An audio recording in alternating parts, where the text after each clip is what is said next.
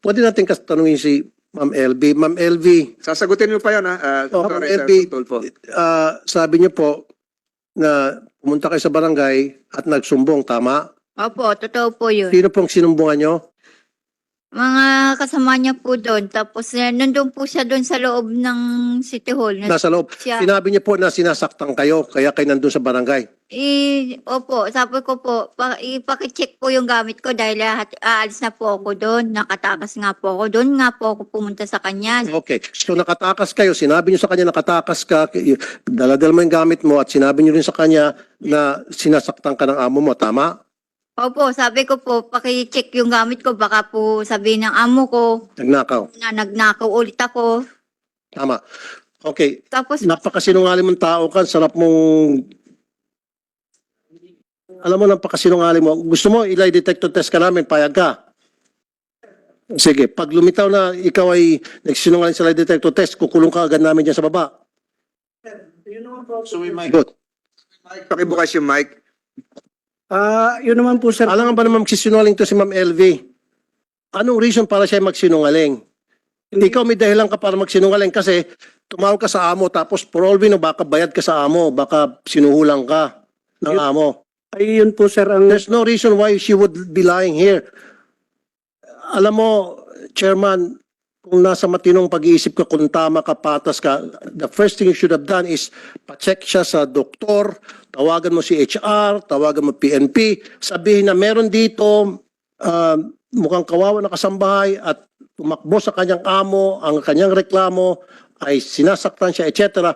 Yun dapat ginawa mo. Ang ginawa mo, sinurrender mo siya uli sa amo, napakawalang hiya mo. Sir, excuse po, sir. Hindi ko po isinorender po yan. At lalong hindi po ako tumawag sa amo niya. Kasi ang nangyari, naibalik siya uli sa amo niya.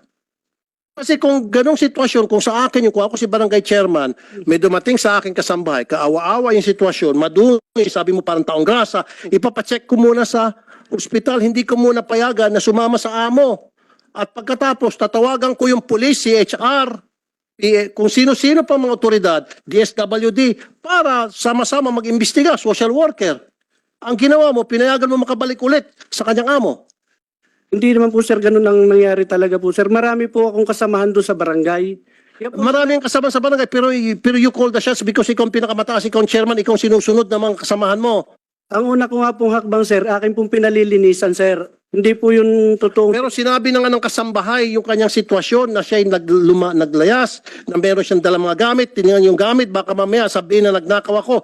You didn't do that, right? Hindi po, wala pong nasabi si Nanay Elvis sa totoong buhay po. Sa totoong buhay, bakit siya magsinungaling?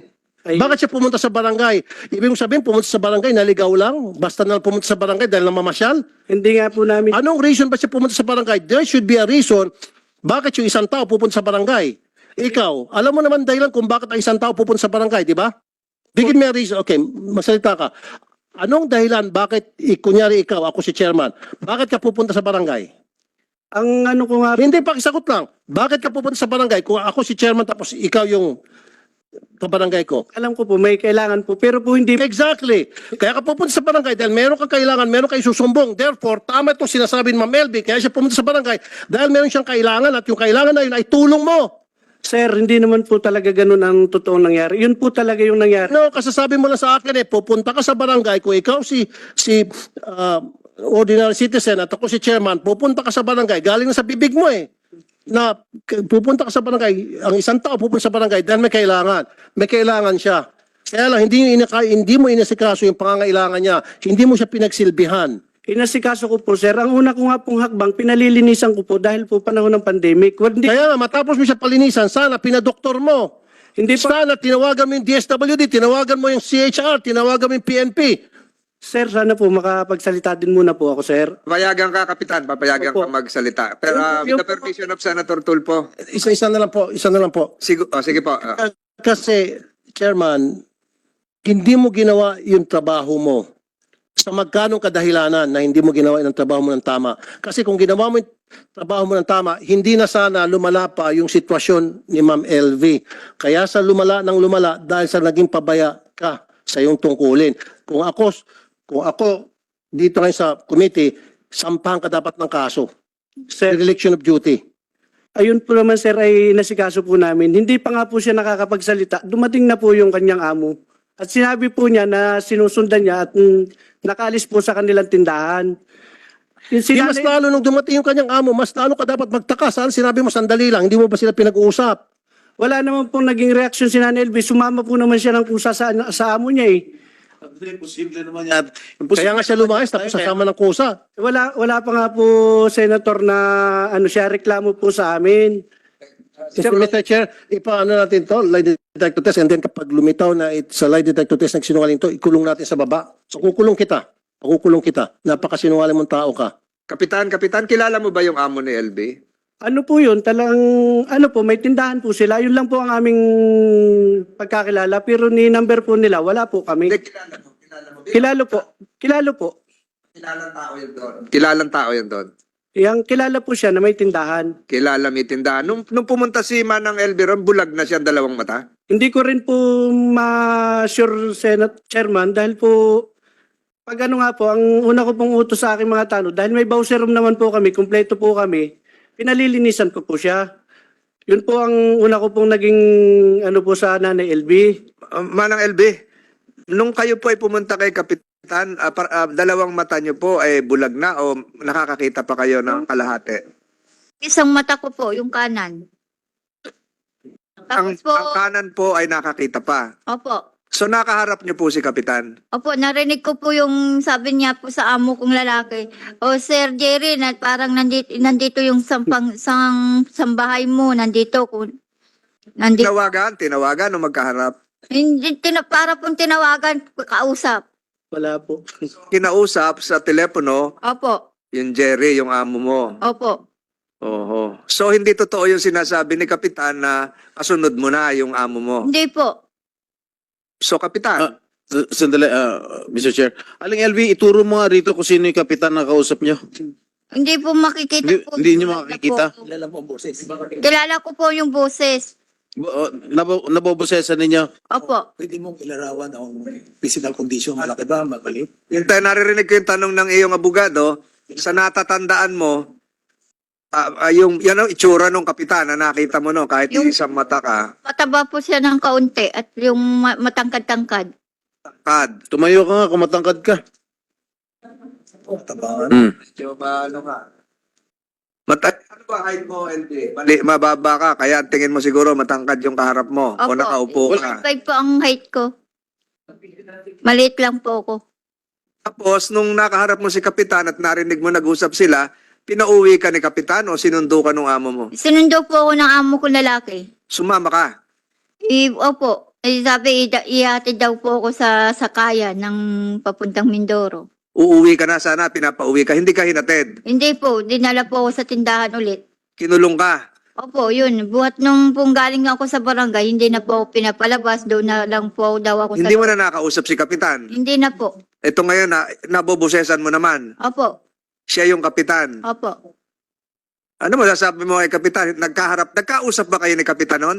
Busy po siya sa kausap. Hindi niya po ako inintindi.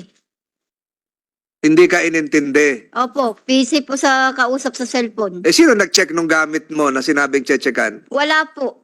Ayun. Sabi niya, ipalilinis ka raw kasi maamos ka noon. Pinalinis, basta lang po, pinaupo lang po ako doon sa may parang school ng kinder. Hindi ka binigyan ng face towel, pampunas, t-shirt, Hindi po. hindi ka pinaghilamos, Po. langganang maliit, wala. Wala po. Kapitan, wala daw paglilinis. Mr. Chair, paano nga po siya malilinisan po? Kaupo lang naman po niya na sinasabihan ko pa lang po yung aming barangay tanod na babae. Dumating na nga po si Mr. Ruiz. Tinawagan mo raw. Hindi po, wala po akong pangyayari tumawag po na Paano nalaman ni Mr. Ruiz na nandun si Aling LV sa Barangay Hall? Sinusundan na daw po yung pala ng kanyang amo at nakatakas nga daw po. Paano nga malalaman ni Ruiz, yung pamilya Ruiz, na nasa Barangay Hall? Pwede naman siya ibang pinuntahan. Sinusundan na daw po yan ng amo niya. Kaya, Ilang minuto nung pagdating ni Ma'am LB at saka pagdating ng amo, ilang minuto ang pagitan? siguro po wala pa pong 3 minuto, sir. Oh, so ibig sabihin hindi sinusundan, may tumawag. Ay, At saka isa pa, of all places sa barangay, bakit sa Barangay Hall pa siya pupunta? Pwede naman siya pumunta sa ibang tindahan, pwede siya pumunta sa kanto kung saan-saan pang pwedeng tambayan niya o sa paradahan ng tricycle kasi tumakas nga, di ba? Bakit hindi pumunta sa paradahan ng tricycle, paradahan ng jeep? Bakit sa barangay pumunta? Kasi tinawagan mo, ungas ka talaga. Hindi ko po yung tinawagan, yan, Senator. Kahit po, Hindi nga, di ba, logic lang to, logic lang. Ang isang kasambahay na tumakas, hindi usually pupunta sa barangay hall. Okay? Ang isipin ng mga amo na tumakas ang kasambahay, pupunta yan sa sasakayan ng tricycle, sakayan ng habal-habal, sakayan ng jeep, o bus, doon pupunta. Doon dapat unang pinuntahan. Hindi, agad-agad pumunta sa barangay kasi may tumawag at ikaw yon. hindi po ako tumawag, Mr. Senator. Dan, pagkatapos nung pagkakaharap nyo na inuuwi uli si Aling LB sa kanyang amo, nagkaroon ka ba ng pagkakataon mag-follow up? Pasyal daw. Okay na, Mr. Ruiz. O, kumusta na yung nagpunta sa atin? Anong kalagayan na niya? Ako bilang kapitan dito, ako yung ama ng barangay. Gusto ko malaman ang katatayuan ng maamos na nagpunta sa atin sa barangay. Ginawa mo yon? Ang alam ko nga po kasi maganda naman po yung dating ni Jerry Ruiz, hindi naman po bastos. Pero maamos ka mo eh. Ang maamos, ang medyo magutin po, si Nanay LB po talaga. Pero hindi ka na nag-follow up na bilang ama ng barangay. Kumusta yung nagpunta sa amin na Manong Jerry? Nabihisa na ba yan? Ano bang kalagayan niya? Nakikita ko parang bulag na. Walang ganon. Yun po ang hindi namin napalo. Kasi nga po, ang paalam niya po sa amin talaga, naihatid na po sa pamilya. Ang sabi pa po niya, sa conception niya, ihatid. Yung sinasabi po ni Nanay LB. Ihahatid ni Jerry sa pamilya. Opo, at So hindi ka nag-follow up. Jerry, naihatid mo na ba? yun po ang hindi na po. Yun po Di talaga- barangay patrol tayo, di ba? wala po kaming barangay patrol. Lakad lang po kami at saka po sariling motor lang. So wala nang pagpa-follow up kung nakauwi o hindi. Nagtaka na lang kayo, magkakaharap kayo dito, nandun ka po pala. Yun po ang katotohanan, Mr. Chair. Talaga pong ang alam namin na kauwi niya. Kaya po, wala naman pong dumadating sa barangay na para magreklamo po na may bugbugang nangyayari po doon sa kanilang tahanan. Ulitin ko ulit, ibang question naman to. Palagi ikaw, kunyari ikaw sa sitwasyon niya, madalas kang binubugbog ng iyong amo. And then nagkaroon ka ng pagkakataon na para makatakas. Pagdating mo sa barangay, anong unang-una mong sasabihin? Kung ikaw, si Ma'am LV. Hindi, wag na, sagutin mo na sa akin. Ulitin ko, madalas ka nang binubugbog, sinasaktan, lahat na ginagawa sa inuuntog ulo mo, tinutusok mata mo, etc. etc. And then, nagkaroon ka ng pagkakataon na makatakas. At nung makatakas ka, pumunta ka sa barangay. Anong unang-unang lalabas sa bibig mo pagdating mo sa barangay? Siyempre po, magre-reklamo po. Exactly. At yun ang ginawa niya. Na kinukontra mo ngayon, stupido. Hindi pa po nakakapagsalita po si Nanay LB. Nakaupo lang po yan nung dumating po ako. Ang una ko po... Hindi, ikaw na mismo nagsabi. Ang una mong gagawin, kung ikaw sa sitwasyon ni Ma'am LB, ay magreklamo galing na sa bibig mo eh. And that's exactly what she did. Pero hindi mo pinakinggan dahil tinawagan mong amo, tumutugma lahat na sinasabi ni Ma'am LB. Napakasinungaling. Ang sarap i-contempt ito, Hindi po, Mr. Chair. hindi ko po tinawagan, Mr. Kasi Senator. it defies logic. Lahat na sinasabi niya, it defies logic. Ikaw na mismo nagsabi na ang unang gagawin ng isang tao na natagdad na ng pang-abuso at nagkaroon ng pagkakataon, yun na yung, kumbaga, nandun na siya, protektado na siya ng barangay, sa akala niya, okay na siya, kaya magsusumbong siya. Yun ang sinabi mo, di ba? Magreklamo. O sabi mo, umupo lang siya doon at wala siyang sinabi. And she had 3 minutes. Sabi mo, kung totoo sabi mo, 3 minutes dumating amo. O, sabihin natin, siguro papalusot mo, nandun yung amo, natakot lang siguro siya. Pero she had 3 minutes na nandun nakaupo lang, wala siyang sinabi, imposible. Nandun siya, tama yung sinasabi niya, nagsusumbong siya kung ano lang pinagsasabi niya, hindi niyo pinakinggan. And I'll tell you, isa sa mga nasibak, dapat ikaw masibak ka rin eh. Di ba may pulis yung pinagsumbungan? Itong si Master Sergeant Maria Eliza Palabay, na-dismiss kasi sinampan ng kaso ni Ma'am LB. Kasi kinampihan nitong pulis yung amo, parang ikaw din. Ikaw ang susunod na pasisibak namin. Nandito rin si police officer Palaba. Di ba? Nasibak ka? Na-transfer, sir, ng lugar, sir. Kaya nga. Your Honor. O, ganun na. Na-transfer ka, nasibak ka.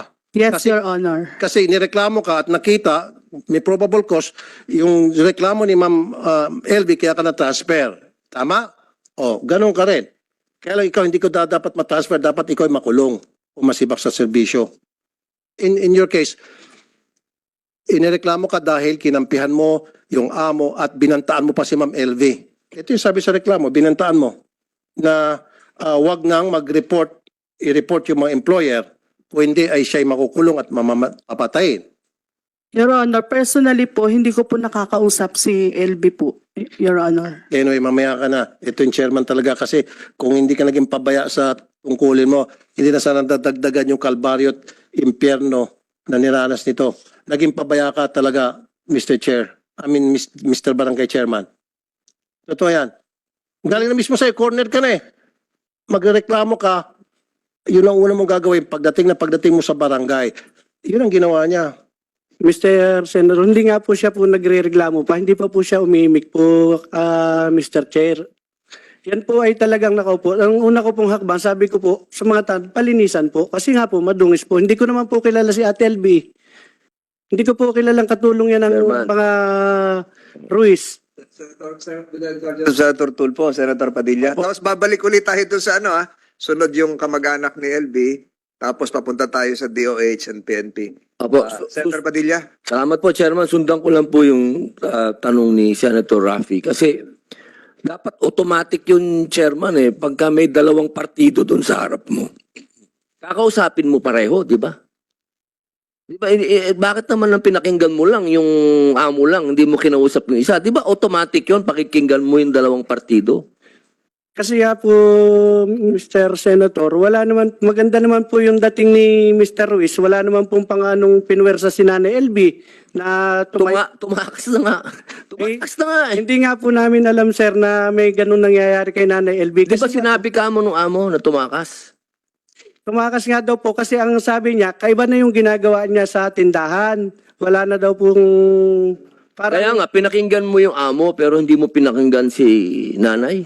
Ay hindi na nga po nagsalita. Sumama na rin po siya kay Mr. Ruiz eh. Dapat tinatanong mo, di ba?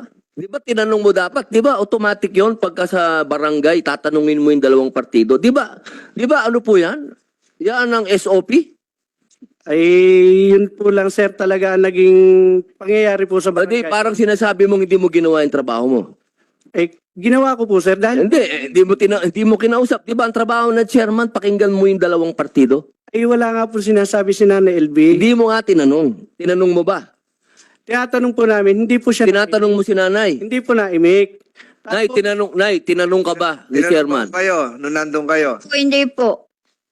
Ano lang? Basta lang po, sabi ko, ako pong nagsalita, sabi ko, Chairman, pa-check po yung gamit ko. Baka po, sabi nila, nagnakaw po ako doon.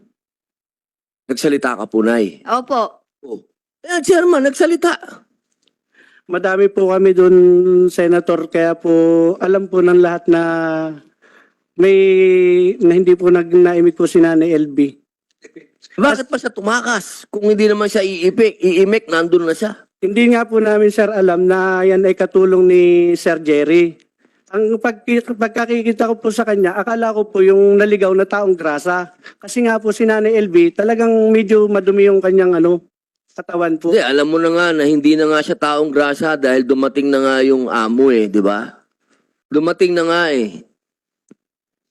Ang ano dito, Chairman, hindi mo ginawa yung trabaho mo. Dapat kasi, tinanong mo din siya kung ano po ba ang sitwasyon, ba't kayo nandito sa barangay. Natural yun Yun ang una mo dapat ginawa, Chairman. Huwag mo akong ganun-ganun na sa tenga, uupakan kita. Maniwala ka sa akin.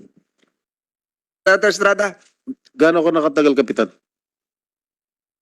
Isang first term po ngayon, Senator. So tatakbo ka. Sunod. May plano pa po. Ha? Ano na? Tatakbo. Huwag niyo iboto to. Hindi ka naman nanalo.